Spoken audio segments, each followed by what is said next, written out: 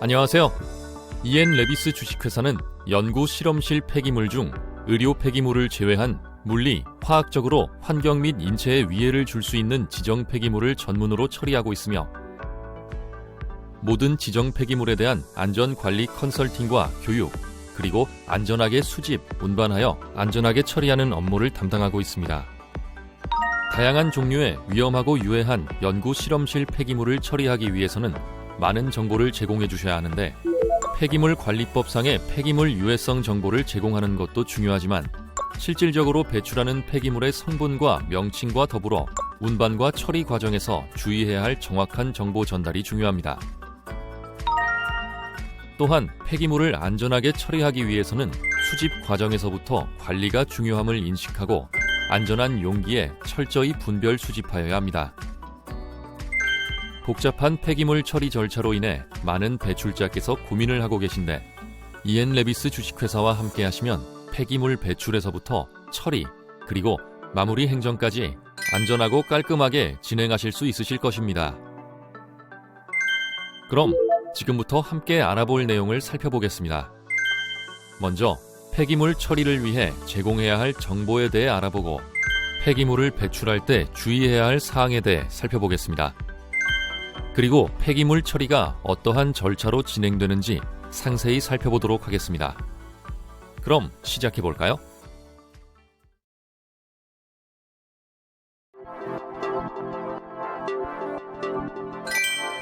폐기물 처리를 위한 정보 제공.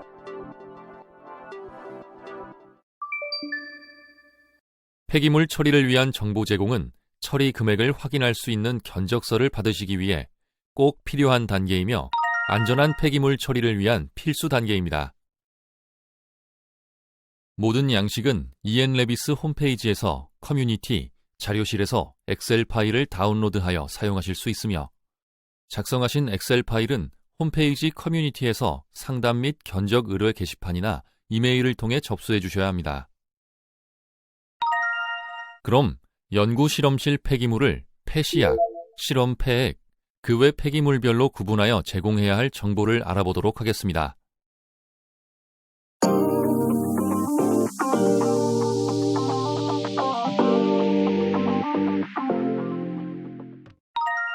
첫째로, 폐시약을 처리하기 위해서는 목록과 함께 폐시약이 보관되어 있는 전체 사진을 제공해 주셔야 합니다.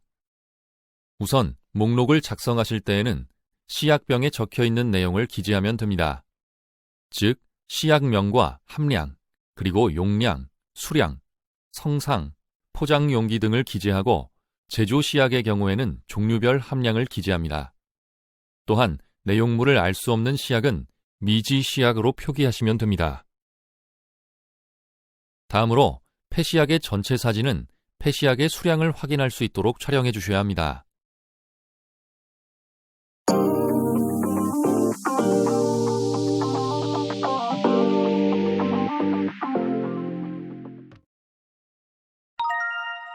둘째로 실험 폐액은 폐시약과 마찬가지로 목록과 함께 실험 폐액이 보관되어 있는 전체 사진을 제공해 주셔야 하는데요. 먼저 목록을 작성하실 때에는 실험 폐액에 대한 정보의 주성분과 함량 세 가지를 기재하고 보관 용기의 용량, 수량, 성상을 기재하시면 됩니다. 다음으로 실험 폐액의 전체 사진은 실험 폐액의 용기 상태, 용량 등을 확인할 수 있도록 촬영하여 제공해 주셔야 하는데요. 폐액에 따라 샘플을 요청할 수 있으며 샘플은 500ml 양을 채취하여 제공해 주셔야 합니다.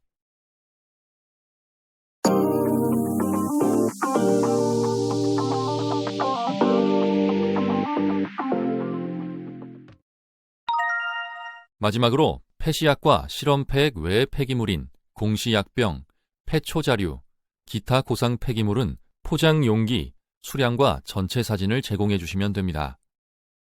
또한 필요시 MSDS 자료와 보관 장소의 특이사항, 즉 엘리베이터의 유무나 차량 진입 여부 등을 제공해 주시면 더욱 좋습니다.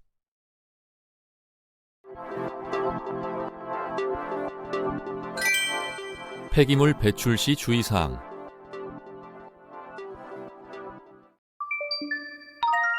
이번에는 폐기물을 배출할 때의 주의사항을 폐시약, 폐액, 공시약병, 초자류, 기타 고상으로 구분하여 살펴보겠습니다.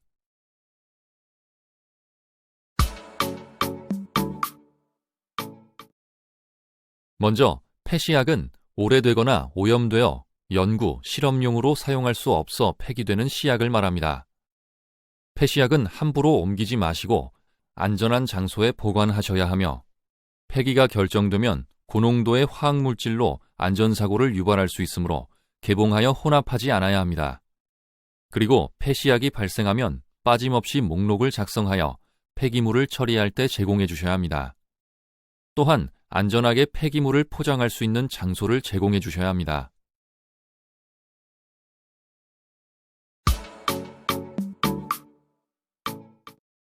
두 번째로, 폐액은 연구, 실험 활동으로 발생하는 액상 폐기물을 말합니다. 폐액은 종류별로 분별 수집하고 혼합되지 않도록 종류별로 각각의 용기에 표식 스티커를 부착해 주셔야 합니다. 그리고 폐액 수집 때마다 성분표를 기재하고 말통에 고정시켜 주셔야 합니다. 또한 말통을 가득 채우지 말고 80% 정도까지만 채워서 보관해 두셔야 합니다. 폐액 용기는 뚜껑이 작고 하나인 안전한 용기를 사용해야 하는데 UN 마크 인증 용기를 사용하면 더욱 좋습니다.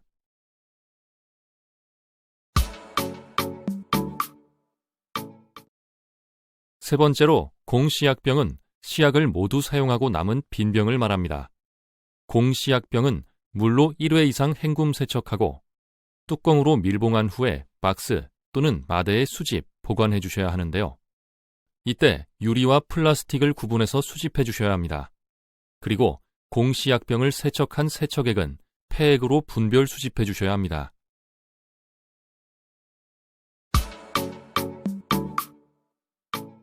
네 번째로, 초자류는 연구 실험용으로 더 이상 사용하지 않거나 깨진 유리기구를 말합니다.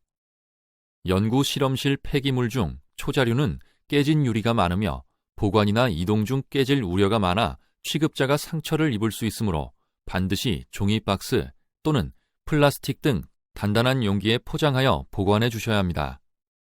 그리고 오염된 초자류는 일반 쓰레기와는 분리하여 폐기물로 처리해 주셔야 합니다.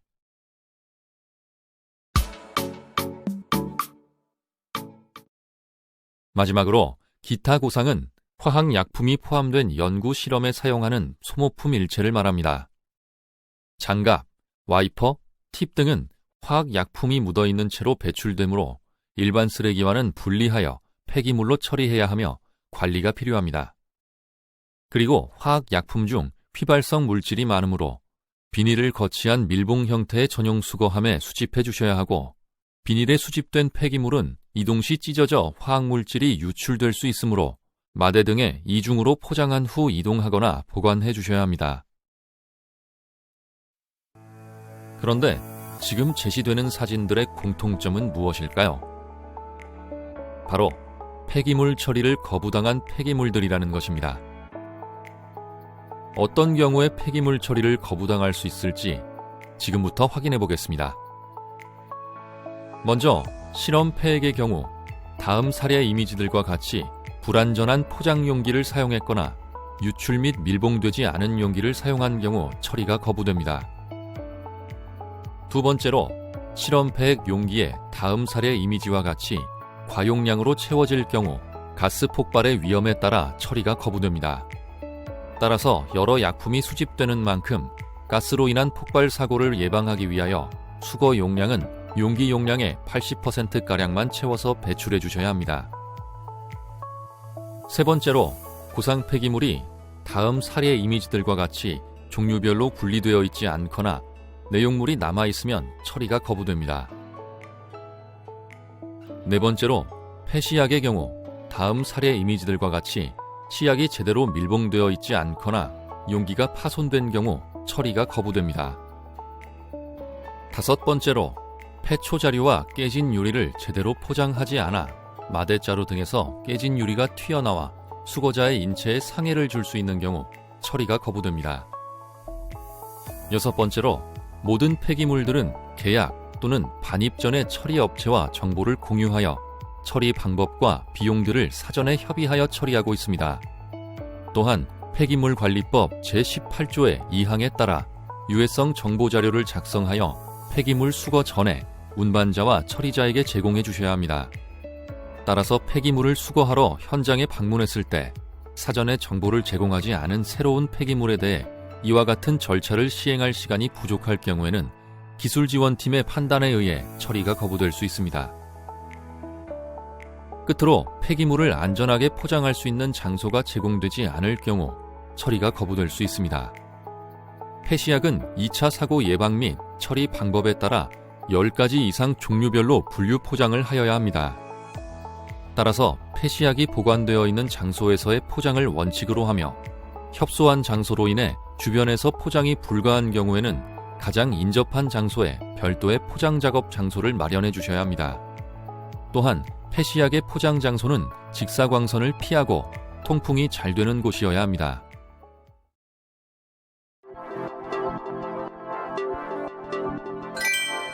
폐기물의 처리 절차.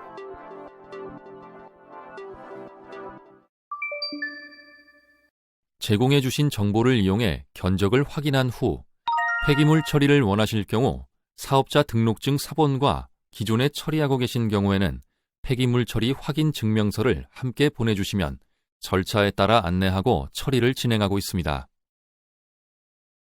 폐기물 처리 절차는 먼저 신고 비대상의 경우에는 계약서 및 처리 서류 발송, 서류 수령 및 접수, 처리 일정 협의 및 확정, 방문 처리 작업, 청구 및 후속 행정 순으로 진행되고, 신고 대상일 경우에는 이 절차에서 폐기물 유해성 정보자료 작성 제공과 확인 증명서 수령 및 올바로 회원가입 등록이 추가됩니다. 그럼 각 절차별로 상세 내용을 살펴보겠습니다. 먼저 계약서 및 처리 서류 발송부터 살펴보겠습니다. 폐기물을 처리할 때에는 기본적으로 계약서 및 처리 서류가 필요한데요. 폐기물의 종류와 양에 따라 필요한 서류가 추가될 수 있으며 모든 서류는 안내문과 함께 등기 우편으로 발송됩니다. 신고 비대상인 경우에는 소량 폐기물 처리 계약 서류가 발송되며 처리 기간은 약 15일 정도가 소요됩니다. 그리고 신고 비대상은 계약 서류와 관련 서류만으로 간소하게 처리가 가능합니다. 다음으로 신고 대상인 경우에는 폐기물 관리법에 따른 신고 서류가 발송되며 처리 기간은 약 30일 정도가 소요됩니다. 그리고 신규로 발생한 폐기물의 경우에는 폐기물 종류에 따라 공인기관의 분석 요청을 의뢰해야 하므로 일주일 정도가 더 소요됩니다. 두 번째로 서류 수령 및 접수에 대해 살펴보겠습니다. 처리 서류를 수령하시면 검토한 후에 직인 날인을 하여 계약서를 다시 EN-레비스에 발송해 주셔야 하는데요. 계약 및 처리 서류에 직인 날인과 날짜를 기입하고 신고 대상의 경우에는 관할 기관에 접수하여 확인 증명서를 수령하셔야 합니다. 그리고 계약서 3부 중에서 뒤에 원본 2부를 EN-레비스에 등기로 발송해 주시면 됩니다. 세 번째로 폐기물 유해성 정보자료 작성 제공에 대해 살펴보겠습니다. 당사에서 발송드릴 안내 메일에 따라 유해성 정보자료를 작성하여 회신해 주셔야 하는데요. 폐기물 유해성 정보자료를 작성하고 직인 날인 후 당사 이메일로 보내주시면 됩니다. 경우에 따라 환경공단의 폐기물 유해성 정보자료 작성을 요청해야 합니다. 네 번째로 올바로 시스템 회원가입 및 인증서 발급에 대해 살펴보겠습니다. 폐기물 처리 확인 증명서를 수령하시면 올바로 시스템에 회원 가입을 해주셔야 하는데요. 신규 가입인 경우에는 법인 인증서 혹은 개인 인증서를 발급받아 등록하셔야 합니다. 만약 기존 인증서가 있으실 경우에는 등록 후 사용하시면 됩니다. 다섯 번째로 처리 일정 협의 및 확정에 대해 살펴보겠습니다. 폐기물 처리 일정은 배출자, 운반자, 처리자와의 협의를 통해 일정이 확정됩니다. 여섯 번째로 폐기물 처리 작업 및 반출에 대해 살펴보겠습니다. 협의된 일정에 맞춰 폐기물 처리 작업과 반출이 진행되면 올바로 시스템에서 폐기물 인계서를 작성해 주시면 되고, 소량 배출자의 경우에는 배출자 소량 확인서로 폐기물 인계서를 대체하실 수 있습니다. 끝으로 청구 및 후속 행정에 대해 살펴보겠습니다. 폐기물 처리가 완료되면 비용 청구 서류가 발송되고 신고 후 처리한 경우에는 올바로 시스템에 폐기물 실적 보고를 등록하고 폐기물 처분 부담금 시스템에서 폐기물 처분 부담금 신고를 진행합니다.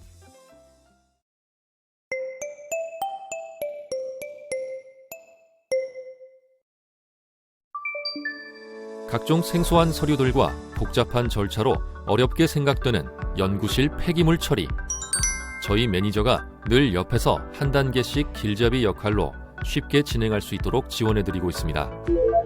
처음부터 마무리 행정까지 마음 놓고 진행하실 수 있도록 진정한 전문가들이 연구실 폐기물의 안전한 관리와 처리를 성심성의껏 도와드리겠습니다.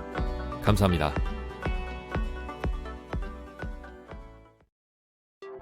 지금까지 이엔레비스 주식회사의 연구실 폐기물 안전하게 처리하기에 대해 알아보았습니다. 이엔레비스 주식회사는 연구실 폐기물의 안전관리 컨설팅과 교육을 진행하고 있습니다. 궁금하신 점이 있으시면 언제라도 문의 주시기 바랍니다. 수고 많으셨습니다.